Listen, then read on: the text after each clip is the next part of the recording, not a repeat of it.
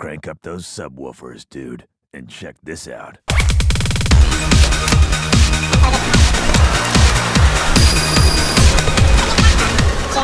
Finally, after all that in the morning, Melbourne, we're here.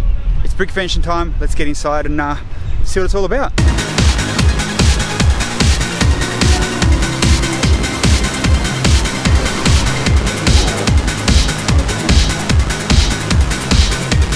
$71.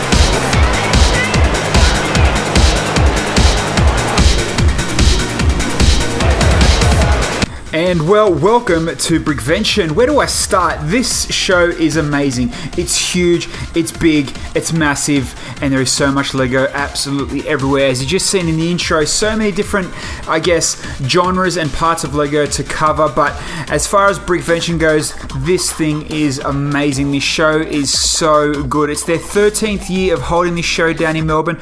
Over 330 exhibitors, and they are expecting over 20,000 people through that door. Just grab a hold of them numbers just for a Lego show. Now, as you're watching here, with all exhibitors, you are going to have all fans of Lego builds, mocks, and designs, train guides, detailed buildings, mosaics. The list goes on and on and on. Now, let's start with one fan group that's not very mainstream in the community, but they're definitely apart from the rest. As you're watching right here, the GBC guys, the Great Ball Contraption guys. 114 modules was the big table joint connection of this weekend. So mad hats off to them guys. Huge props, and I just, my jaw was absolutely floored.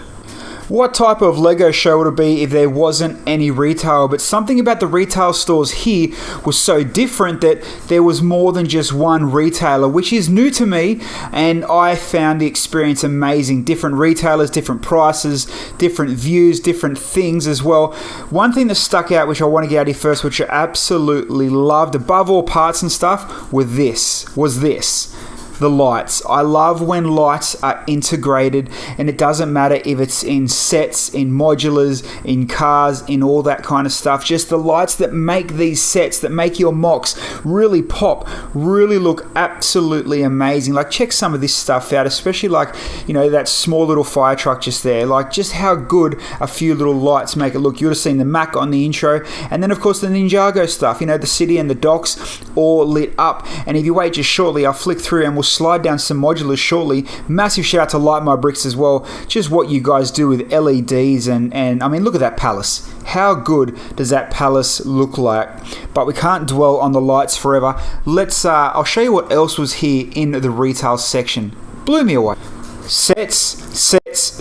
Every theme you can imagine. I'm talking new, old, obscure, collectible, current, you name it. There was set on top of set, and including a lot of the rarer ones as well. It was so good. But then again, even if sets aren't your thing, dig into the jewelry, dig into the parts, dig into plates, colors, books, library stuff, you name it. The earrings and necklaces, there's plenty of stuff for absolutely everyone, including minifigs. Now, talking about minifigs, one awesome feature of the weekend was the world's biggest minifigure swap. Hundreds on thousands of minifigures. There was walls and walls of walls. You just took your minifigure up, swapped it over and replaced it. Found the one you want, swapped it with one you don't want. The best part about this is someone else's trash was your treasure. Yeah, there's a lot of repetitive crap, but I mean, there was a lot to pick and choose from. Such a good idea. And then internationally, we'll be back at Scareback in Denmark, the Lego convention that happens in Denmark every year. We'll be back there again this year. We're planning to do that, so that's always a ton of fun. With all of the AFOLs that come from around the world to Scareback every year. The guys from Beyond the Brick are also there giving an update on their channel, what they've got coming up in the future, and it was really good to actually have a chat with them. I got to hang out with them more on the Saturday night, so mad thumbs up and huge shout out to the boys as well.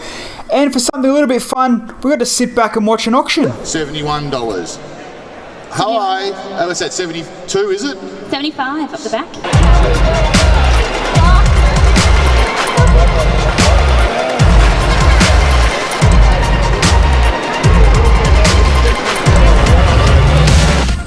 Now the rear hall was just literally full of train guys. Train tracks, train scenes, train sets. Look at the details some of these guys going from farms just like this to full on, you know, like distribution centers like this one right here. Not showing the branding, but you get what I'm saying. The trains, the detail, the stories, you name it. And we haven't even scratched the surface of the other people's sets, mocks, displays and stuff like that. I'm going crazy.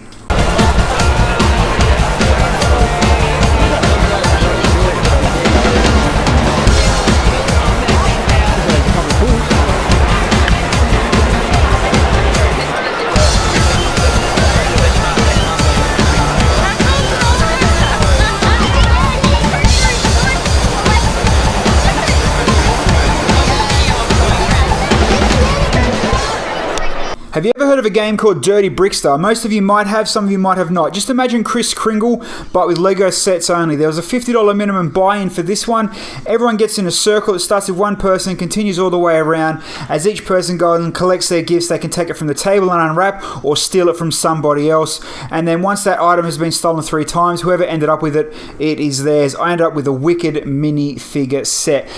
Mad shout out, big shout out to the guys at Brickvention. I'm glad to be a part of this, and I only, am happy to score what I scored. But this just adds to the amazing fun things I did on the weekend. Let's get back into the Lego though. That's what you're here for. More sets, more designs, more mocks. Let's go.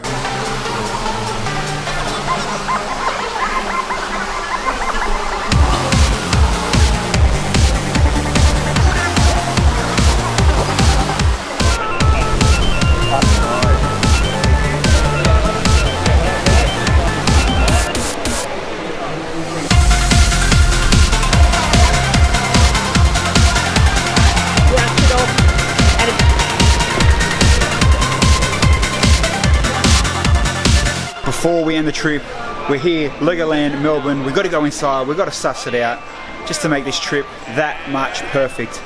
Let's get some retail shopping in and go check out the Legoland Melbourne.